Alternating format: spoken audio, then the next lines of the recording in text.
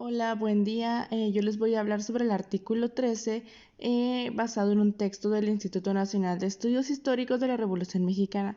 Yo soy Claudia Caldera y yo les voy a explicar al respecto.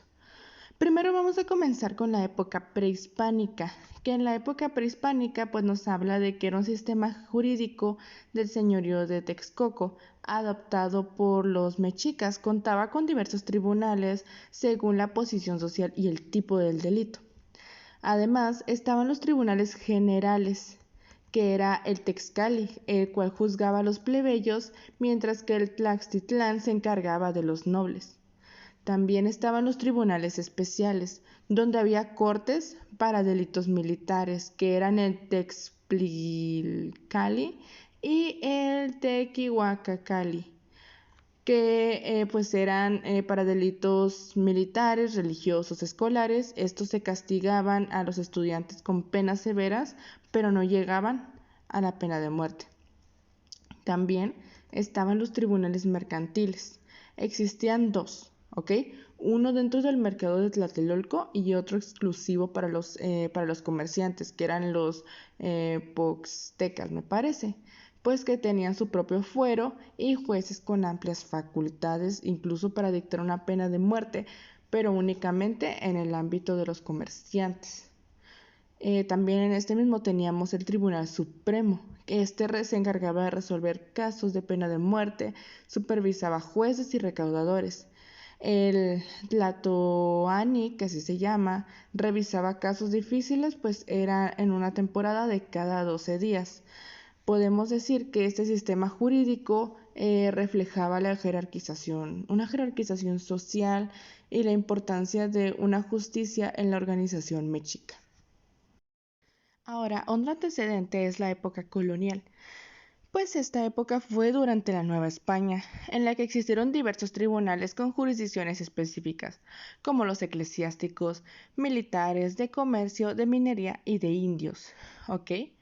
En esta incluía tribunales religiosos, que es el eclesiástico, el monacal, el de Bula de Santa Cruzada, el de diezmos primicias, el del Tribunal del Santo Oficio de la Inquisición, que este fue establecido en 1571. La Inquisición juzgaba delitos contra la fe, la moral, pero pues la sentencia era dictada por jueces civiles. En esta los indígenas estaban exentos de la jurisdicción. En esta misma hay otros tribunales como los tribunales especiales, que en este caso sería el Tribunal del Consulado que regulaba el comercio según las ordenanzas del Bilbao, que ya lo mencionamos anteriormente.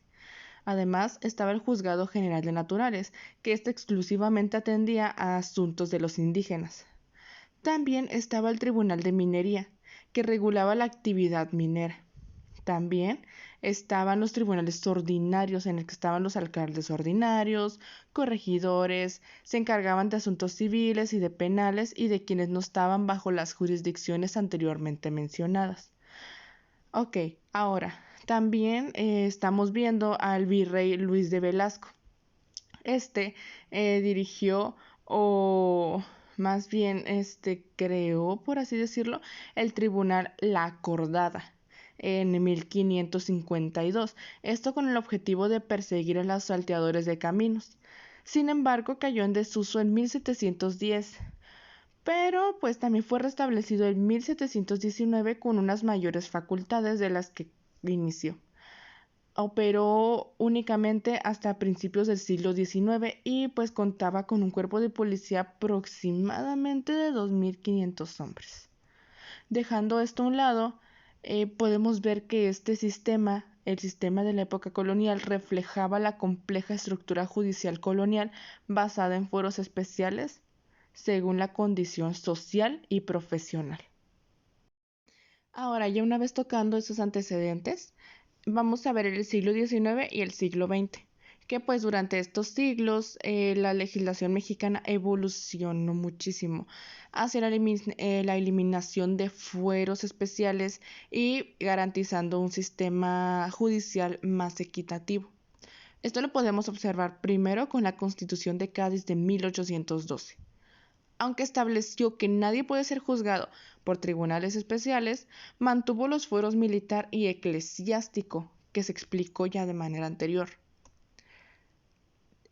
Podemos observar o podemos ver la primera Constitución Federal de 1824, que prohibió los juicios por comisión especial y las leyes retroactivas, consolidando la idea de que solo podían juzgarse actos con leyes previas a las establecidas, apegándonos a un Estado de Derecho, únicamente a lo que están impuesto en las normas jurídicas. Además, estaban las constituciones centralistas de 1836 y 1843. Estas mantuvieron estos principios permitiendo que solo los fueros militar y eclesiástico prevalecieran. No solo eso, sino que en la Constitución de 1857 se eliminaron los fueros especiales, incluyendo el eclesiástico y el militar, salvo en los casos estrictamente relacionados con la disciplina militar, que lo podríamos tocar quizá como una excepción a esto. Es por ello que mediante el artículo 13 de la Constitución de 1857 se estableció que nadie puede ser juzgado por leyes privativas ni por tribunales especiales. Se prohíben los fueros, excepto pues el fuero de guerra, como ya se mencionó, que solo aplica, es como una excepción o más bien aplica solo a delitos o faltas estrictamente pues relacionadas con la disciplina militar. Y no solo eso, sino que también incluye que los tribunales militares no pueden juzgar a civiles, garantizando que cualquier delito cometido por algún civil será tratado única y exclusivamente por tribunales civiles, no más. El tribunal que pasa directamente con el militar no puede tener esa facultad. Este artículo pues refuerza el principio de igualdad ante la ley y la separación entre la justicia civil y la militar, así evitando privilegios o excepciones en el juicio de los ciudadanos. Asimismo, la Constitución de 1917 reafirmó la separación de la justicia civil y militar, estableciendo que los tribunales militares solo podrían juzgar delitos directamente relacionados con la disciplina militar y no a civiles. Estos cambios reflejan la transición de un sistema con privilegios jurídicos hacia uno basado en la igualdad ante la ley, como es lo que conocemos actualmente. Ahora sí, hablemos del artículo 13 del texto original de la Constitución de 1917. En el artículo 13 nos dice lo siguiente: nadie puede ser juzgado por leyes privativas ni por tribunales especiales. Ninguna persona o corporación puede tener fuero ni gozar más emolumentos que los que sean compensación de servicios públicos y estén fijados por la ley. Subsiste el fuero de guerra para los delitos y faltas contra la disciplina militar, pero los tribunales militares en ningún caso y por ningún motivo podrán exceder su jurisdicción sobre personas que no pertenezcan al ejército. Cuando en un delito o falta del orden militar estuviese complicado un paisano, conocerá del caso la autoridad civil que corresponde. Ahora, leyendo este artículo, pues establece que la prohibición de leyes privativas y de tribunales especiales, pues que ninguna persona o corporación puede tener un fuero especial ni recibir emolumentos, pues fuera de los establecidos que están en la ley. Además de subsistencia del fuero de guerra, pues se mantiene solo para delitos o faltas contra la disciplina militar. Asimismo, limita la jurisdicción militar, pues los tribunales militares no pueden juzgar a civiles bajo ninguna circunstancia ni excepción. Si un civil está involucrado en algún delito de orden militar, pues el caso será tratado pues por una autoridad civil, como ya se mencionó. Este artículo ha tenido reformas y leyes actuales. Sin embargo, no ha sido reformado desde el año 1917. Algunas leyes reglamentarias y secundarias que aún están vigentes son, por ejemplo, la Ley Orgánica de los Tribunales Militares de 1929 o el Código de Justicia Militar de 1933. Este artículo es clave para garantizar que todos los ciudadanos, todos, sean juzgados de manera equitativa, sin privilegios, de ningún tipo, basados en su posición o pertenencia a ciertas instituciones, a excepción de los del ámbito militar, pero es una excepción especial. Ahora, eh, el doctor Ignacio Burgoa se dio a la tarea pues de analizar el artículo 13 constitucional de 1917 y él mismo pues nos destacó 4 garantías fundamentales de igualdad ante la ley, siendo la primera la prohibición de leyes privativas, como ya se mencionó, que pues dice que una ley privativa es aquella que no tiene un carácter general, sino que se aplica a un individuo o un grupo en particular, en específico, creando, modificando o extinguiendo derechos de una manera particular, no general. ¿Ok? Entonces, el artículo 13 prohíbe este tipo de leyes, asegurando que las normas sean generales, como es una característica, impersonales y aplicables a todos por igual, sin excepción alguna. También la prohibición de los tribunales especiales, pues ninguna persona puede ser juzgada por tribunales creados específicamente para su caso o fuera del sistema judicial ordinario, como ya lo vimos anteriormente, o sea, en un caso en concreto no pueden designar o crear un tribunal en específico para juzgar ese caso. También está la prohibición de fueros especiales, que nos habla que nadie, salvo en los casos de disciplina militar, que es la excepción, puede tener un fuero que lo excluya del sistema judicial común, a menos de que seas del ámbito militar, claro. Y también, pues, el doctor menciona la limitación de los emolumentos, que se dice que nadie puede recibir pagos o privilegios económicos fuera de los establecidos legalmente por la prestación de los servicios públicos, apegándonos al Estado de Derecho. Y pues este análisis subraya cómo el artículo 13 protege la igualdad y evita privilegios legales, asegurando pues que todos sean juzgados por tribunales regulares y pues por las leyes generales, aplicándose hacia todos y no específicamente a una persona o un grupo en particular. Ahora, el doctor también nos hizo más análisis e hizo más hincapié en el mismo artículo 13 de la Constitución de 1917 y pues aborda también varios puntos cruciales relacionados con la igualdad ante la ley y las garantías individuales, como ya se ha venido tocando ese tema desde el principio de la presentación. Pues que protege dicho artículo y se destacan algunos temas relevantes, como por ejemplo las leyes privativas, que el autor, el doctor, explica que una ley privativa se distingue por ser personal y concreta, ya que regula situaciones jurídicas que afectan de una manera individual o de una manera particular a un individuo o a un grupo determinado. Esto contrasta pues con las leyes generales, que las leyes generales son absolutamente aplicadas para todos. Sin embargo, el artículo 13 pues prohíbe las leyes privativas, asegurando que nadie sea juzgado por disposiciones que modifiquen la situación jurídica de un individuo o de un grupo de manera particular y excluyente. Así, las leyes deben ser aplicadas para absolutamente todos, porque al final de cuentas es una característica de las normas, ya que las normas, como recordamos, pues son abstractas, generales e impersonales, y se deben aplicar a todos por igual sin excepción alguna. También se mencionan los tribunales especiales, que en la Constitución prohíbe los tribunales especiales que no están regidos por las normas generales exclusivamente y permanentes, sino que por decretos o decisiones aisladas, no por las normas generales.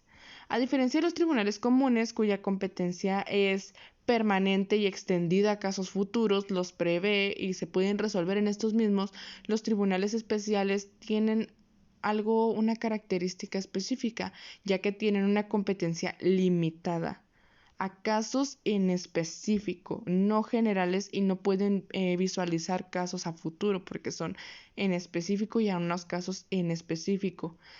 Y pues una vez que se termina el labor de su caso particular, cesan su existencia. Por ejemplo, es como si existiera un tribunal exclusivo para resolver casos, no sé, de un pagaré que no pagó Juan y Pedro.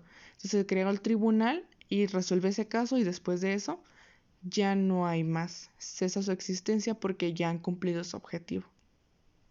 Y pues esta prohibición asegura que ningún ciudadano sea sometido a tribunales creados para casos concretos y con la jurisdicción limitada.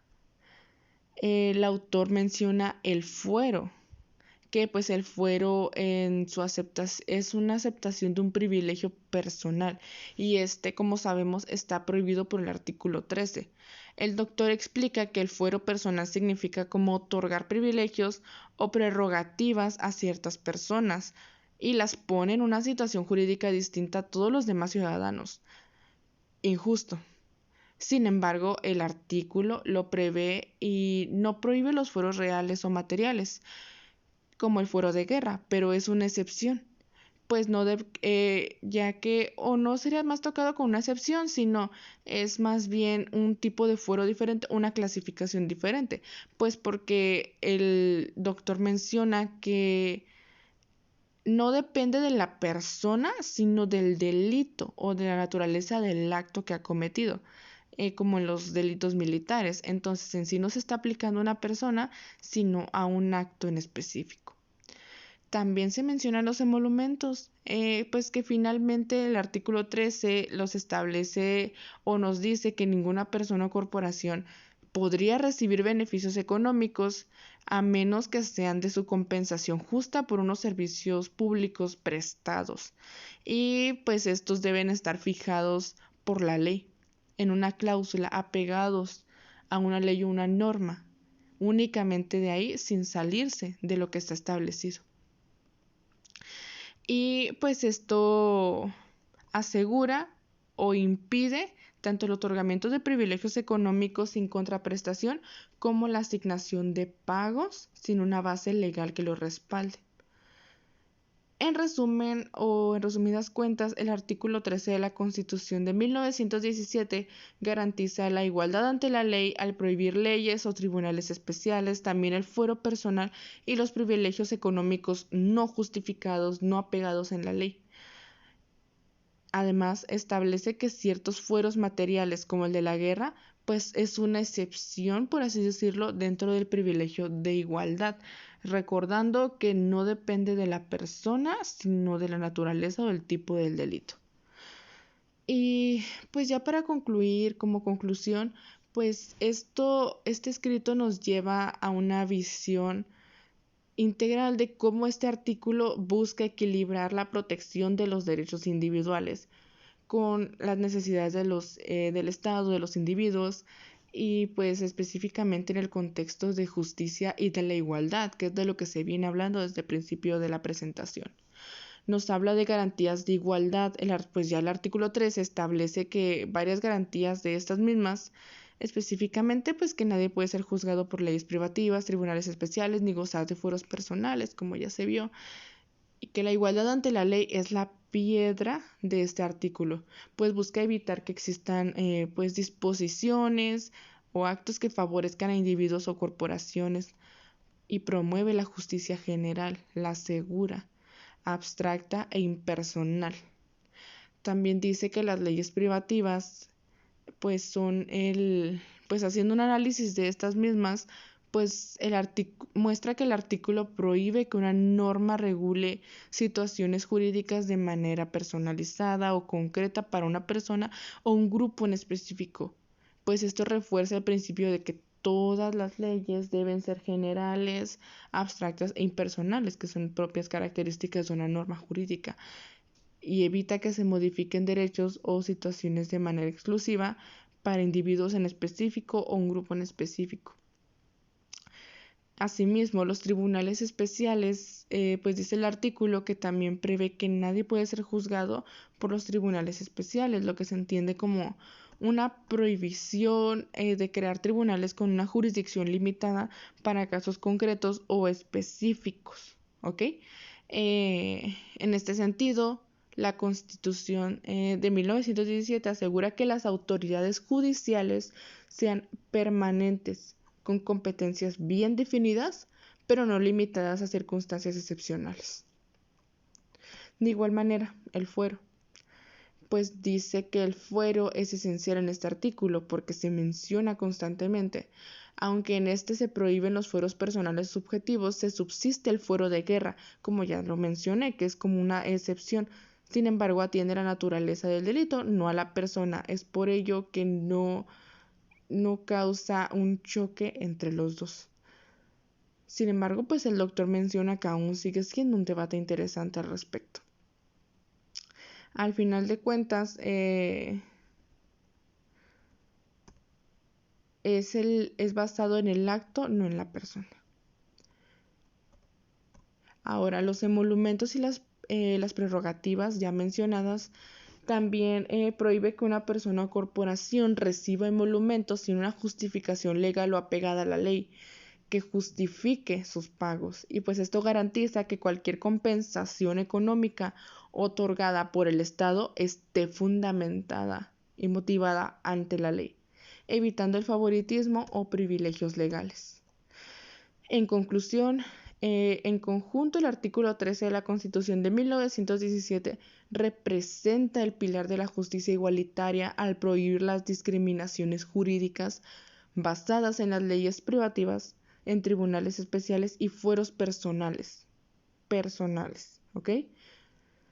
El fuero de guerra y la posibilidad de que los emolumentos sean establecidos por la ley son excepciones justificadas, como pues ya lo mencioné, son justificadas, pero como dije, no chocan con el principio de igualdad o en el objetivo principal del artículo. Y esta disposición pues refuerza la supremacía de la ley sobre las personas, estableciendo un marco donde las garantías individuales se encuentren protegidas y el Estado pueda otorgar privilegios arbitrarios. Así, apegándonos principalmente al principio de igualdad ante la ley y apegándonos a lo que hoy conocemos como las características de una norma jurídica. Bueno, esto sería todo de mi parte. Muchísimas gracias por la atención. Hasta luego.